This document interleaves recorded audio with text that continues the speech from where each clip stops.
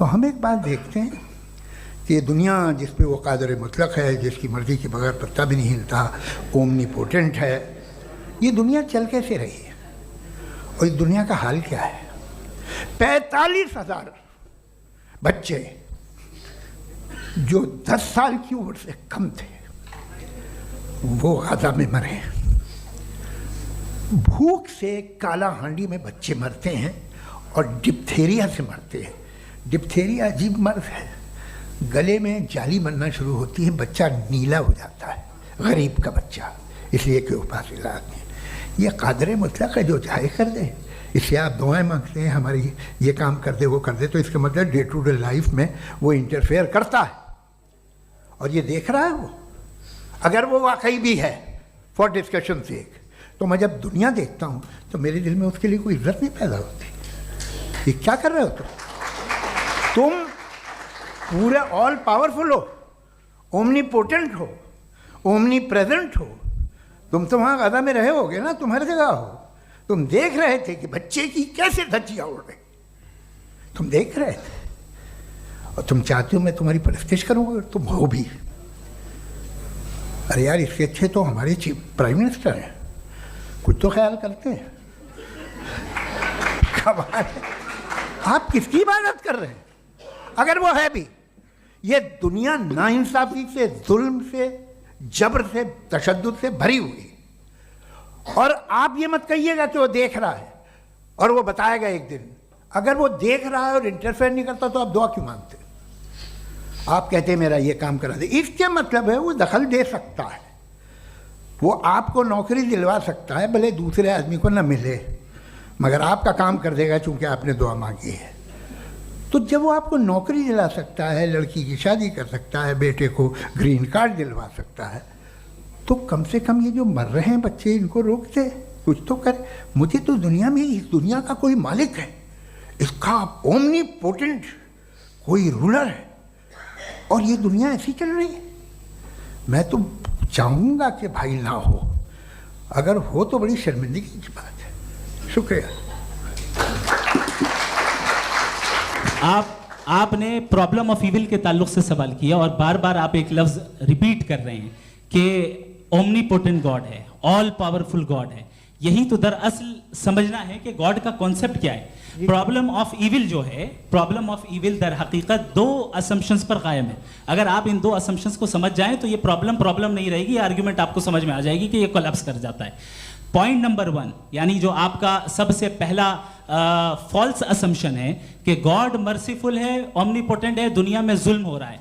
लेकिन आपको ये समझना चाहिए कि हमारे वर्ल्ड व्यू के मुताबिक गॉड सिर्फ ओमनीपोटेंट और सिर्फ मर्सीफुल नहीं है, बल्कि वो ऑल वाइज भी है और वो ऑल नोइंग भी है। उसके हर काम के पीछे हिकमत और विजडम है। ये कोई जरूरी नहीं है कि वो हिकमत और विजडम आपको समझ में आए या मुझे समझ में आए। अगर आप जो समझ रहे हैं उसके मुताबिक आप फैसला कर रहे हैं, ये लिमिटेड पर्सपेक्टिव से आर्ग्यूमेंट है। और इस चीज को हम अपनी दुनिया में, अपने लाइफ में, डेली लाइफ में इस प्रिंसिपल को एक्सेप्ट करते हैं। हम जब किसी डॉक्टर के पास जाते हैं, डॉक्टर के पास जाकर वो अगर उसने हमें कोई दवाई दी है तो हम ये तो नहीं कहते कि जब तक आपके पास जितना नॉलेज और जितना विजडम नहीं है, आपने क्यों ये दवाई दी है, तब तक हम इस चीज को एक्सेप्ट नहीं करेंगे।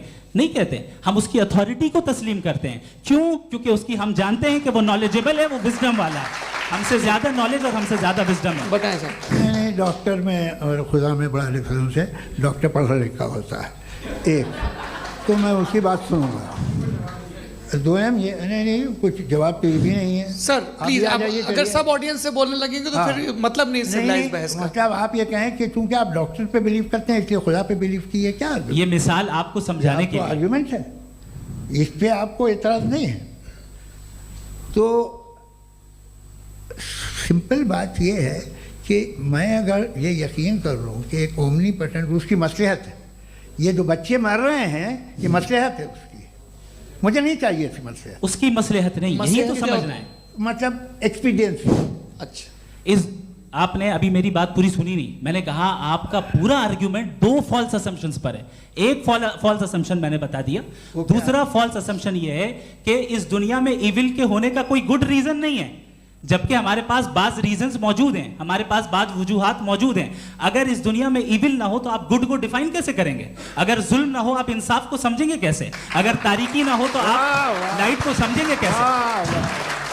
बहुत अच्छे। अभी और सुन लें, अभी और बाकी है। ये तो बात बहुत पसंद आई साहब मुझे, कि जब तक रेप ना हो तब तक औरतों की इज्जत का ख्याल आपने मेरा जवाब पूरा सुना ही नहीं। जब तक के बच्चों का कत्ल ना किया जाए तब तक आपको बच्चों की मासूमियत की इज्जत है। आपने पूरा जवाब सुना ही नहीं। क्या बात है, क्या आपने नुक्ता निकाला? आपने पूरा जवाब सुना ही नहीं। आप सुन लें, मेरी बात सुन लें। ये मैंने आपको एक चीज बताई। दूसरी चीज, इस दुनिया में हम आए हैं टेस्ट के लिए, हमारा टेस्ट हो रहा है और हर इंसान का अलग अलग अंदाज में टेस्ट होता है। और इस दुनिया में अगर इविल मौजूद है तो वो इविल जरिया है हमारे अंदर ह्यूमन नोबल क्वालिटीज को डेवलप करने का और अलग अलग फील्ड में प्रोग्रेस करने का। और अगर हमारे अंदर और इस दुनिया में इविल नहीं होता तो बताइए टेस्ट का मतलब क्या होता? अगर मैं अपने स्टूडेंट को एमसीक्यूज दूं और उसमें सिर्फ राइट आंसर लिख कर दे दूं और कहूं तुम्हारा टेस्ट हो गया, ये मीनिंगलेस है। इस दुनिया में अगर हम टेस्ट के लिए आए हैं तो जाहिर है गुड एंड इविल दोनों मौजूद है। तो अगर गुड एंड इविल दोनों मौजूद है तो ये इविल भी खुदा का बनाया हुआ है? जी हाँ, खुदा का बनाया हुआ है। लेकिन अच्छा, चलो अच्छी बात। जी बिल्कुल, तो बिल्कुल खुदा ने बनाया। अभी तो ये है कि जो मेजॉरिटी है दुनिया में वो इविल है, तो ये खुदा एक्चुअली इविल के साइड पे लग रहा है मुझे। बिल्कुल भी नहीं, मैं बताता हूं। मेजॉरिटी में तो वो है। क्या बात कर रहे हैं भाई आप? कोई भी जो मुंसिफ होगा, चाहे आपका अपना घर हो जिसके आप सबसे बड़े हैं, चाहे आपकी ऑर्गेनाइजेशन हो जो आप चलाते हैं, वहाँ पर आप इविल रखेंगे साबित करने को कि बाकी लोग शरीफ हैं? मेरी बात सुन, क्या ये आर्ग्यूमेंट ही गलत है? अगर कि जब तक के कोई इविल नहीं होगा तब तक के शरीफ आदमी शरीफ नहीं लगेगा। अगर एग्जामिनर गलत ऑप्शन दे रहा है तो एग्जामिनर इविल नहीं हो गया। जो गलत ऑप्शन को सेलेक्ट कर रहा है वो फेल होगा। क्रिएटर ने इविल को बनाया है लेकिन वो इविल नहीं है। अच्छा सुनिए मेरी बात, लेट मी कंप्लीट सर। जी जी। क्रिएटर ने इविल को बनाया है टेस्ट के लिए, वो इविल नहीं है। इविल वो होगा जो उसे इख्तियार करेगा। छुरी को बनाने वाला गलत नहीं होता है, छुरी का गलत इस्तेमाल करने वाला गलत होता है। जी। रेप को कैसे गलत इस्तेमाल करते हैं? रेप इंसान के फ्री विल का नतीजा है। ये रेप कैसे गलत इस्तेमाल होता है? ये मुझे अब सुन ले, अब सुन ले। गलत इस्तेमाल होता है। हाँ मैं बता रहा हूँ ना, कैसे गलत? मैं बता रहा हूँ कि जो इविल इस दुनिया में मौजूद है उसके कई सारे तरीके हैं। एक तरीका इंसान का अपना फ्री विल है। अब अगर कोई रेपिस्ट रेप कर रहा है तो इसका गॉड का कसूर नहीं है, वो अपने फ्री विल का गलत इस्तेमाल कर रहा है, उसको सजा मिलनी चाहिए। अच्छा। और उसी के लिए जहन्नम बनाई गई है। ये फ्री विल का भी बड़ा चक्कर। आप जब कोई बुरा काम करते हैं या कोई बुराई होती है तो ये कहा जाता है कि ये फ्री विल है। 7 billion free wills are moving on this planet. 7 billion free will. और एक आदमी अपनी फ्री विल से मुझे कत्ल कर दे तो मैं खुदा की मर्जी से मारा हूँ कि इसकी फ्री विल की वजह से? मेरी मौत खुदा के हाथ है या ये फ्री विल वाले के हाथ है? खुदा ने फ्री विल का निजाम बनाया है और उस निजाम का गलत इस्तेमाल करके कोई आपको मार रहा है, इस्तेमाल करके मेरा कत्ल कर देता है। अब मेरी मौत का जिम्मेदार कौन है? वो इंसान जिम्मेदार है। वो इंसान। जी। तो ये कहना कि और उसको सजा मिलेगी। तो अब आप आगे चलिए कि ये तय करना कि अल्लाह ही या खुदा, सॉरी अल्लाह ने, खुदा ही जिंदगी देता है, खुदा ही मौत देता है, ये गलत है। बिल्कुल गलत नहीं है। हाँ, नहीं, निजाम उसी ने बनाया फ्री विल का। निजाम मौत और हयात का उसी ने बनाया। You are contradicting yourself. अभी आपने कहा कि एक आदमी ने फ्री विल से आपको मार दिया, इसमें उसे फ्री विल दी गई थी, उसने गलत इस्तेमाल किया। 7 billion free wills are moving on this planet और आप चाह रहे हैं कि मैं सिर्फ खुदा का ध्यान करूं। ये 7 बिलियन फ्री विल्स को मुझे लुक आफ्टर करना पड़ेगा कि नहीं? ये तो तबाहियां कर रही हैं और तबाहियां ज़्यादा हो रही हैं। बिल्कुल। तो अगर आप बताएं अगर खुदा नहीं है फॉर एग्जाम्पल, तो आप इविल को कैसे डिसाइड करेंगे? यानी how can you define evil objectively without God? देखिए दुनिया में 2 तरह के जानवर हैं। एक जो अकेले रहते हैं जंगल में और एक जो ग्रुप्स में रहते हैं। ग्रुप में जो भी रहेगा, चाहे वो आपका फाउंडेशन हो, चाहे कोई क्लब हो, चाहे कोई पॉलिटिकल पार्टी हो, चाहे कोई यूनिट हो, उसमें आपको इंटरैक्ट करने के रूल बनाने पड़ेंगे। यानी लोग तय करेंगे। लोग तय करेंगे। अगर लोगों ने ये तय किया कि किसी का रेप करना सही है, आप जस्टिफाई करेंगे? नहीं, आपका फाउंडेशन तो ये हो गया ना कि लोग इविल डिसाइड करेंगे। नहीं, अरे दुनिया में ऐसे ग्रुप्स हैं जो रेप को जायज़ मानते हैं सर्टेन हालात में। मैं डिटेल में नहीं जानूंगा, आप भी जानते हैं। ये जो आईसिस वाले थे इन्होंने क्या किया था, तो उन्होंने क्या किया उसका खुदा से कोई ताल्लुक नहीं है सर। मैंने सिंपल सवाल किया कि इविल को आप डिफाइन करते कैसे हैं। आइए वापस आइए जी। आप साथ में तभी रह सकते हैं जब कुछ आप ऐसे उसूल डेवलप करें जिसमें हर एक का बेसिक तहफ़्फ़ुज़, हर एक का बेसिक राइट हो और हर एक को कोई आराम मिले। यही तरीक़ा है किसी भी ऑर्गेनाइजेशन जिसमें एक से ज़्यादा लोग हैं और वो ऐसे चलती है ज़िंदगी। उसमें अगर आप गड़बड़ करेंगे तो तबाही होगी, नुकसान होगा, बर्बादियाँ आएंगी।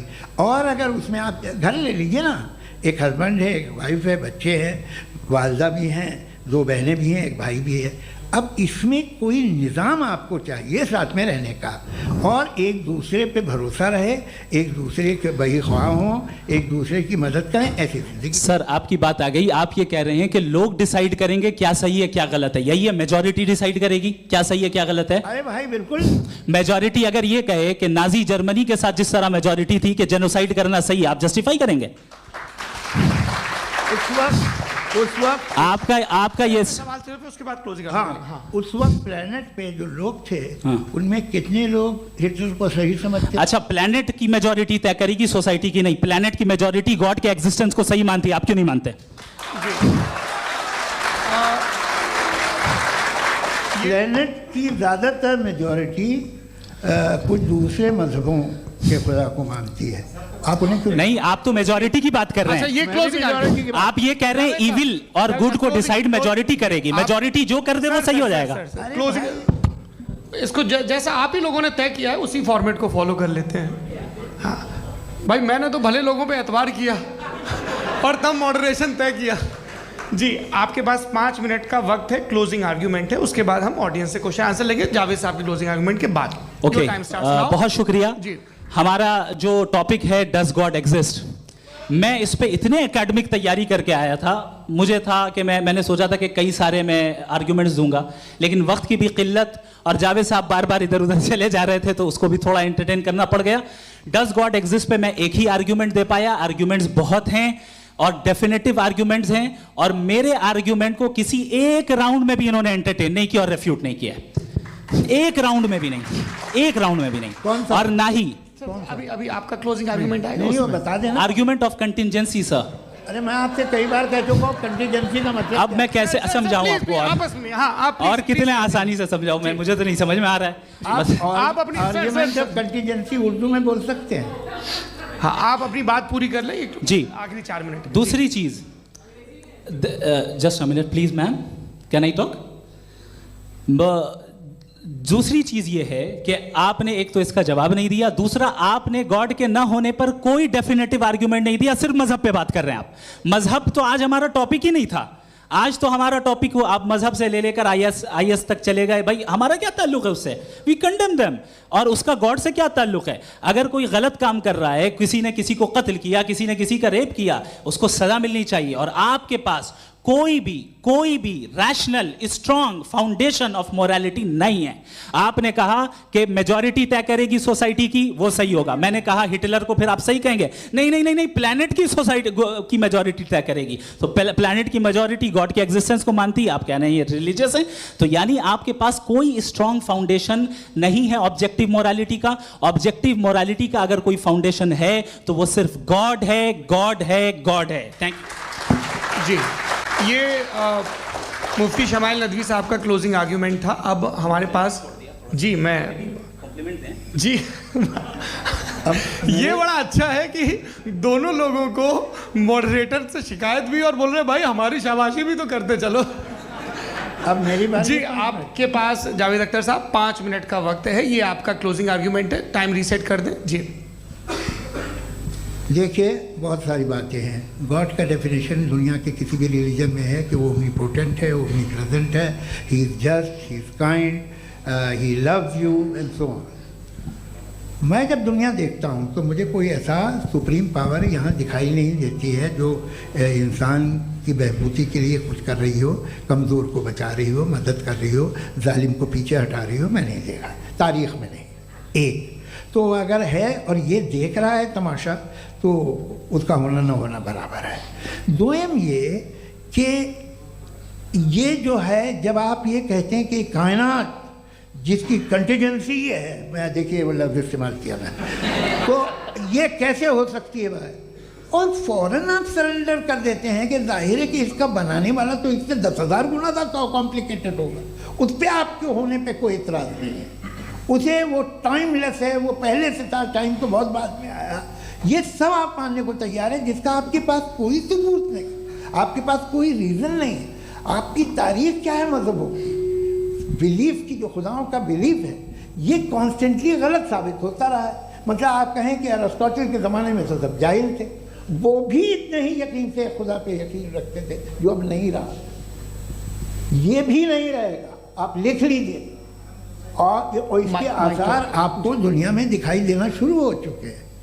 ये बहस क्या आज से 100 साल पहले इस तरह हो सकती थी?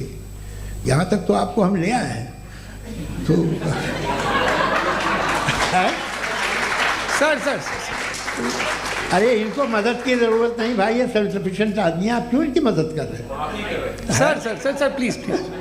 तो ये जो है तमाम बातें अपनी जगह हैं। ये एक पैकेज है, आप अकेले, कोई आदमी ऐसा नहीं जो सिर्फ गॉड को मानता हो, उसके साथ बहुत पैराफर्नेलिया आता है, अलग अलग पैराफर्नेलियाज आते हैं।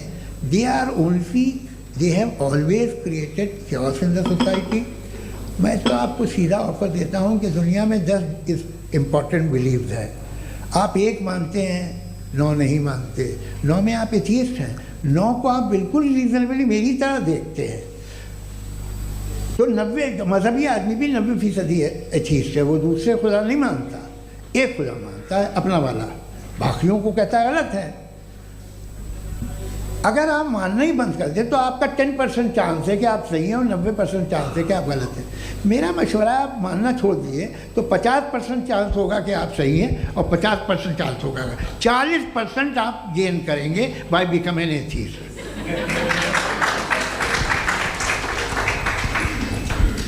ये एक फरसूदा ख्याल है, ये ख़त्म हो रहा है, हो सकता है मेरी ज़िंदगी में ना हो, लेकिन ये हो जाएगा। जो बातें ये इनको आप मेटाफिज़िकल ये वो ऐसे रिस्पेक्टेबल टर्म दे दिए, ये तो उन लोग के हैं जिन्हें ना फिज़िक्स मालूम थी ना मेटा मालूम था, ये उन्होंने आपको दिए हैं। जी बहुत शुक्रिया।